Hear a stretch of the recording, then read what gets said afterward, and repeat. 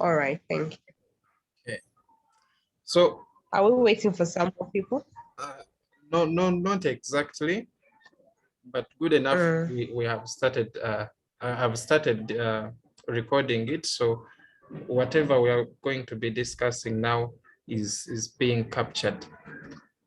Okay, so All right. for purposes of introduction, my name is Abed Chivombi, the proprietor of this platform, a platform that we look forward to improve the reading and writing culture in Uganda, because for purposes of putting this on record, I think Africa in general, the reading culture is that low to the extent that some writers have concluded that if at all you want to hide something to an African, then put it in writing. That is how dangerous the reading culture is. But the guest that I have this evening is Ankunda Bridget, who is a writer, an author, a poet, and a legal scholar for that matter. In 2019, she emerged the best in the ACDEG Poetry Award that was conducted there. She will tell us more about that. And more recently, last year, she was nominated in the Janzi Awards that happened for the first time in Uganda. She will also take us through that. And of course, she's the author of a very beautiful book full of poems titled Don't Love Me in English, the one that you am projecting on the screen there. This book, I believe it has took her far, it has took her in far and wide, to the extent that at one time she appeared in one of the leading newspapers in Uganda here, the Daily Monitor. So for purposes of introduction, part one we shall be understanding the author herself, who is none other than Ankunda Bridget. So Bridget, my first question will be, to any person who doesn't know you, how can you describe yourself to him or her? Oh, okay. Thank you, Abed. I would say that I am a writer, first of all. Yes. But before I'm a writer, I'm a reader. I like to read a lot.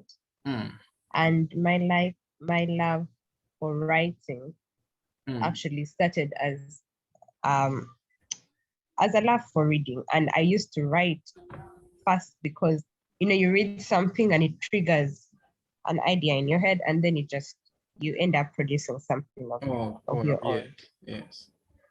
Yeah. So I would say that I'm a reader, and I just love knowledge and new things. That's why I'm attracted to. I'm sorry, there's noise in my background. It's all right. It's all right. We shall get our fix. Yes. No. Okay, yes. I was saying I'm a lover of knowledge. I'm very curious, and basically I'm interested in anything that people try to hide away, or is not talked about a lot, or just things that are new. I like new ideas. So I think if I had to talk about myself, that is what I would lead with, that I love to read and I love new ideas. Okay. So you've said you're that person who loves reading. If you don't mind, what was that first book that you read and triggered your mind and you said, look, I have to continue with this. I should read more and more to get more knowledge about it. Okay, the first book that I ever read was Dracula. Dracula. Tell us more about it. A tiny abridged. Dracula it's a novel about the first vampire in the world. And I think I was 8 when I read it. Oh, wow. At such a tender age. Yes. I used to clean the library for my housework. So that's how I started to read. Yes, so I read Dracula first, and it was very exciting. And instead of cleaning the library, I would just be sitting in a corner reading Dracula. And then after that, I moved on to other books like the Harry Potter series, but much of my first reading was really English white writers reading because accessibility to African writing, as you know, is a general problem. So, but I remember the other thing that I read that triggered a new phase of reading in my life, like intentional reading and writing, was I started to read Maya Angelou. Maya Angelou is an American poet, and specifically the poem Still I Rise and Phenomenal Woman. Yes, I remember reading those ones when I was 14, and then that's when I started to be deliberate about my writing and read more African writers and more Black writers and just the kind of knowledge I wanted to consume. So yes. Okay. So in my introduction, I mentioned earlier that you're a bit a legal scholar at Makerere University. Tell us more. How are you handling school and writing, for that matter? Oh, so I'm not going to lie, it's a bit hard. Yes. It's a bit hard, and not just writing, but the duties that come with, for example, since I was published, the responsibilities that come with that, the obligations of, you have some functions to attend, you have to make appearances, you have to do some marketing, some promotions. So things like that are really not, it's not easy to balance that. But I would say that law school is actually it's tasking, but also it's interesting. So I've decided, for me, my method is I seek out those things that are interesting, and that's what because I like new ideas. For example, I'm helping with some research on technology and the law, right? And that's like a new area that hasn't been written about. It has scantily literature about it. Yes. So we've been doing that research and such things. They fire me up and they give me more energy to put into the hard part of the school. Okay. So tell us more about your love for poetry, because I see that this book is entirely full of poetry. Tell us more about it. Where did you get the love of poetry? Oh, okay. So Don't Love Me in English is, it's a poetry collection. There's nothing else in it. It's just poetry. And I fell in love with poetry because of those two poems of Maya Angelou that I've told you about, especially Phenomenal Woman. It's just a very, I was amazed at how expressive, it is, how expressive poetry is, and like how powerful, because it's not like novels. Like you can read a novel and the whole time, maybe in one or two parts, that's when your heart rate spikes and you feel a bit of passion. But with poems, the mark of a good poem is that it has a lot of passion in just a short time. So I think that's what drew me to poetry. Like the poetry has so much power, and I was drawn to that. And because it's not, if we are to be honest, it's not as time consuming as writing other things, like maybe writing short stories or writing novels. Yes. And then after that, I started to perform poetry. Yes. On stages. Yes. In my vacation, my senior six vacation, I joined a poetry program by Kitara Nation called Verse in Verse. So basically, what Verse in Verse is you write poems. The artists write poems, and they are mentored by the older poets. And then from there, the poetry is edited, and we rehearse, and then after that, there's a performance, and we perform the poetry, not just reading it, but dramatizing it. So that also became fun, and I continued with that. So tell us about the performance. How does it come about? How does it make you feel? Because I believe poetry, most people like it more when it is being recited to them. So tell us more about the feeling you get when you are on stage performing such poems.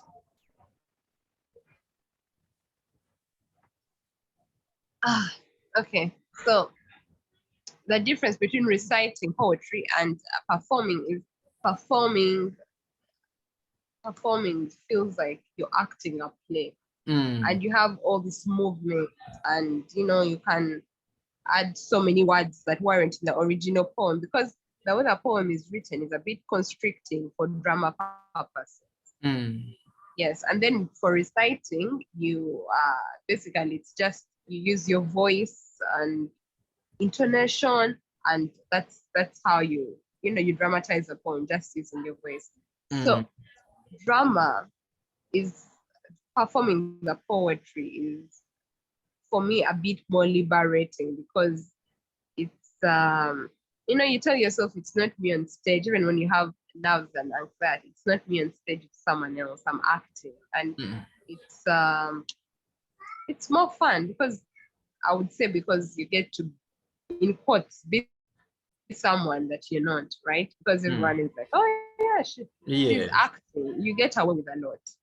Yes, and it's so much fun. I remember they used to tell us that the one rule that you have on stage is to have fun. Yes, is to have fun, and I think that's the difference between just reading a poem and performing it, is that you're having fun with it. Oh, I think something that I've shared on the screen is one of the events that you have been attending. I see it was for last year, is it? Yes, it was last year. Okay. So normally inspiration comes from God, but to you as Ankunda, who inspires you to keep writing this very beautiful poetry? I am inspired by people, by life. People are very interesting. Yes, sometimes I just maybe I can sit in a taxi and I'm just staring at people. And the little things they are doing, their mannerisms, or the way people talk, language. Sometimes like the way our mothers speak, they have a certain, commanding color language to their language. Yes. So such things, like today, someone said, now you look like a person. We understand what that means, but like they mean that now you look proper, you look kept, right? But I like such things in language that like if I want to write about that line, now you look like a person, because it doesn't really mean, of course, a person looks like a person, but it means now you look put together, now you're presented. So things like that, things that are like slight funny. I like funny things. I like weird things, like when I see things happening in society, and then people are not paying attention to it. That's the thing that I'm going to pay attention to. Mostly, yes. So for you, whatever is happening around you, it's where you pick your inspiration, if at all I got that right. Yes. Okay. So as I'm always staring at people. So you interpret their actions, then you put it into writing. Oh wow, that is good creativity, man. You see. Okay. Yeah, people are very interesting. Okay, so as we continue to part 2 of this conversation, I want to run it very fast for purposes of time. I mentioned earlier in the introduction about the reading culture that it is very low, but do you agree that it indeed the reading culture in Africa in general is very low? I wouldn't speak for Africa in general because I don't have that information, but let Yes. me, so I'm this is my opinion, not an affirmative, authoritative point of view. Yes. Yeah, I think that as as Ugandans, basically, in my circles, there's a reverence or a respect that's given for other forms of art, like music, like drama, that's not given to the written word. And that's partly because as a person who likes books and is always trying to buy them, books are expensive, right? Yeah. But then books are also expensive because there's not enough market. So the few people who buy books have to, cover that. So it's a two-way thing. It's a cycle. So I would say that's the first one. And then the second one is that as Africans, we are just, okay, not we are just, but we don't value our own literature, our own writing by our own people. Yeah. That's why, yes, when most of us were growing up, the first books we read were by these white people Harry eating Potter. apples. Yes, Harry Potter. Yeah. Dracula. Yes. Yes, those things. And we either, maybe at that time, the quality of writing or like the dissemination of that writing was not enough. And so there's just, even when we are reading, even the people who have a reading culture are reading foreign things. And that's a problem that you see generally, but also I started to care about more, particularly when I wrote this book, because I have friends of mine that have not bought my book, but they are buying other books. Yes. Do you understand? So yes. it and means, also yes. Yes. Continue, please. Okay. And also the quality of writing that we have. I'm not saying that it's not okay. It can get better, but it's not the best. People don't invest in their writing, even people that that want to write, right?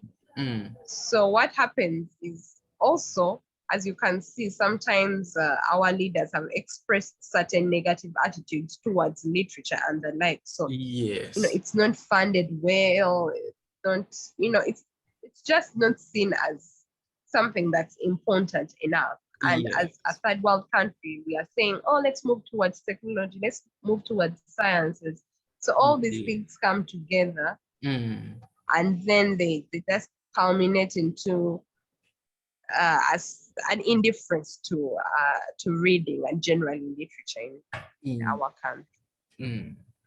Maybe to also add on what you have said about this, our country specifically, especially the politicians. As of now, there is this whole story of Kakwenza Rukirabashaija, who is now in exile because of his writing. So I think this one also will demoralize other writers who would have wanted to write, because I've seen people like Stella Nyanzi all running into exile because of such stuff. So I think also our people here have a negative attitude towards it. So it is quite something not good. But we shall see. We shall see how we go about it. Okay, as we continue into this, poetry is more okay. Talk about. Let us talk about your first book. Was this book, Don't Love Me in English? Is it your first book, or you have been writing other books? Oh yeah, Don't Love Me in English is my first book. It's my firstborn baby. And I Yes, believe my first it book. has been a good one. It has indeed projected you into limelight. Yes, it has been received Yeah. very well. Mm. And I'm grateful for that. Okay. Okay. So how are you handling can I describe it as fame? How are you handling fame that has come with this book? First of all, it's not even fame because I wouldn't say it as that. Yes. Because we just talked about the reading culture Mm. and how literature is not seen as that important in Mm. our society. So yes, within the reading circles, Mm. I I have met some people that know me, but it's not like, oh my God, fame. Mm. Uh, uh, I would say that also I've had some critiques on the book, which Mm. makes sense because it is my Yes, first book, and criticism has to be there. Mm. yes, criticism has to be there. But mostly people they relate with the book because the way I write, I just write what I see, and I say things that people probably won't say, Mm. and so people relate with that, and that's the feedback that I've got the most. That it's very relatable, and I'm not writing about things from Mars that people don't Mm. understand. So I guess I'm grateful for that feedback. Okay, so let us now run into this book specifically, talking the content of it, of Don't Love Me in English. For starters, tell us more about this title. What inspired this title, Don't Love Me in English? What is it all about? Don't love me in English Mm. means, and I get this question almost every day. Mm. Uh, it means, for me, what it means is don't uh, don't be the way people expect you to be. Like, do something different, Mm. right? Mm. Seek something different than Mm. what is the norm. So why? So English becomes a figure of speech for things that are conventional or things that are cliche, because now we speak in English. But if I want to make you laugh, Mm. I will maybe throw in a Luganda comment like, Yeah. eh, Olema, something of that sort. Do you understand? Yeah. So like the spice of life is Mm. not, for me, Mm. English is not spicy as a language, and our other languages are spicy. So when I Mm. said that don't love me in English, I meant, um, love me or do whatever you do Mm. with some spice Mm. as a person. Yes. Mm. Yongera muku soup. That's what I meant. Okay, so tell us about your. I know every poem in this book is very good into your ears, even if you read it. But do you have that best poem in this very beautiful book that you call your best? Hmm. I'm not even supposed to say that. They say, oh, wow, a good mother doesn't kiss. Yeah. uh, no, I wouldn't say that there's one that I like more Mm. than others. Mm. Maybe at different points in time. Like sometimes I read one and I like it because maybe I explored a new idea here, or I read another one and I like it because I still find it funny even after all this time. Mm. Yes, now like that one on your screen. I like that one because it's a bit witty. Mm. I like dental What hygiene. inspired it? I can't say that I remember. Mm. But oh yes, I've remembered. I met a friend of mine, and his screensaver was his favorite model, and then I asked him how his girlfriend feels about it. He said she doesn't really mind, but then that small thing stuck in my head, and I just exaggerated the idea and came up with that poem. So something very small became a big thing.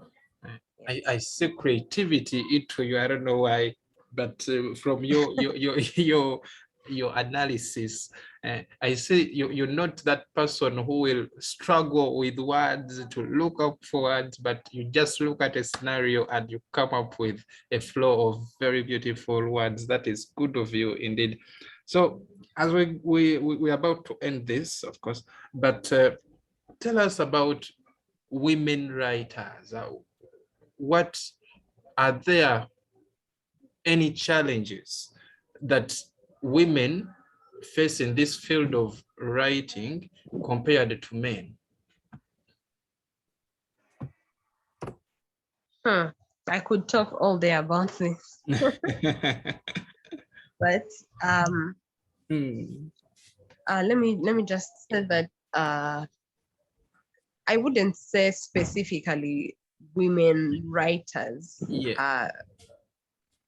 In my experience, face more obstacles, or worse obstacles.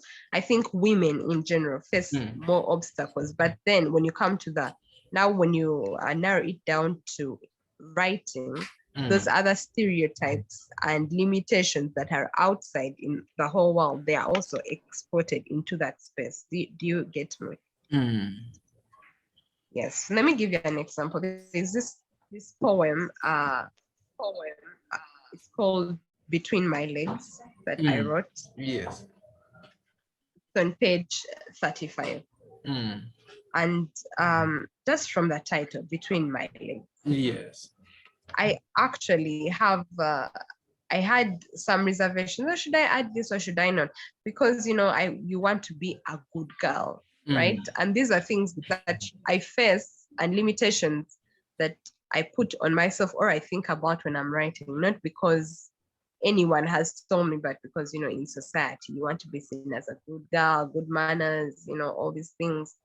But so certain ideas are hard to write about. Indeed. Or, challenging because you're putting yourself out there and people are going to look at you and say, oh, that's a sexual poem. And because people in society, they don't agree, or it's hard for people to agree that women are also sexual beings who also want to explore all these ideas of theirs that they have. So writing about certain things, and sometimes you find yourself crossing a few things out or editing yourself, censoring yourself simply because you know that this might not be received in the best way. And I have got some complaints about certain things that people think are too vulgar for me to be writing about as a woman, and also as a woman of my age. They say, you're a young girl, why are you writing such things? So I would say that the stereotypes and limitations in the outside world are exported into writing. So it's really just the same thing. Okay. So as we conclude this, tell us more about how can anyone get your book? Okay, so my book is published by Kitara Nation. Yes. Kitara Nation is a poetry company. We publish poetry, we perform poetry, and we popularize poetry. So we don't have a physical address as of yet, but the books can be found at National Theatre. Yes. At the box office there, and also we do deliveries within Kampala, even outside Kampala, even outside Uganda. We can deliver to you, and we can be found at Kitara Nation. All social media platforms: Facebook, Twitter, Instagram, we also have a website at kitaranation.com. Yes, I've seen that, I think. Okay. So my last question will be, tell us more about the costs of publication. Most writers fear that, oh, you see, publication is something costly. Do you hold that same view? Yes, publication it's not easy because there's expenses from the minute you decide you want to publish. You have to pay the editor, you have to pay the illustrator, you have to pay the the layout, the person who's going to do the layout for the book. If you want a quality book, and of course you want a quality book, because one of the issues that people have with Ugandan books, I've had people say that, oh, they don't nice, they don't have quality. So if you want quality, you must invest in the work, right?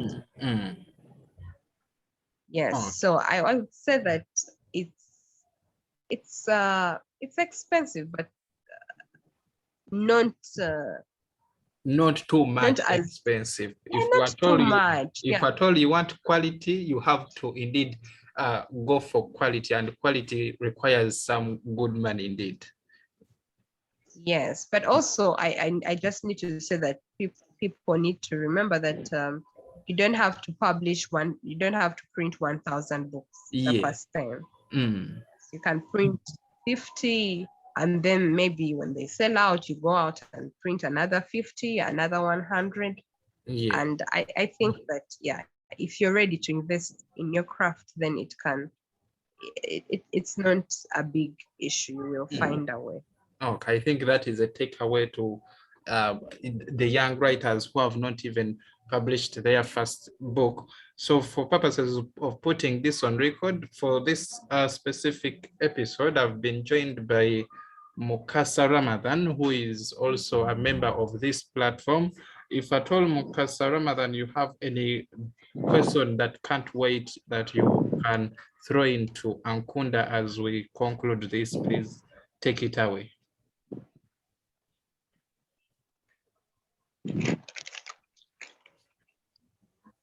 Ramadan. Okay, thank you for this opportunity. I've come late, but yeah, I can hear you. Okay. Hello. Hello. I said. Hello. Can hear you. We can hear you, but if at all you have any question to Ankunda, please take it away. Please, you can throw it in there.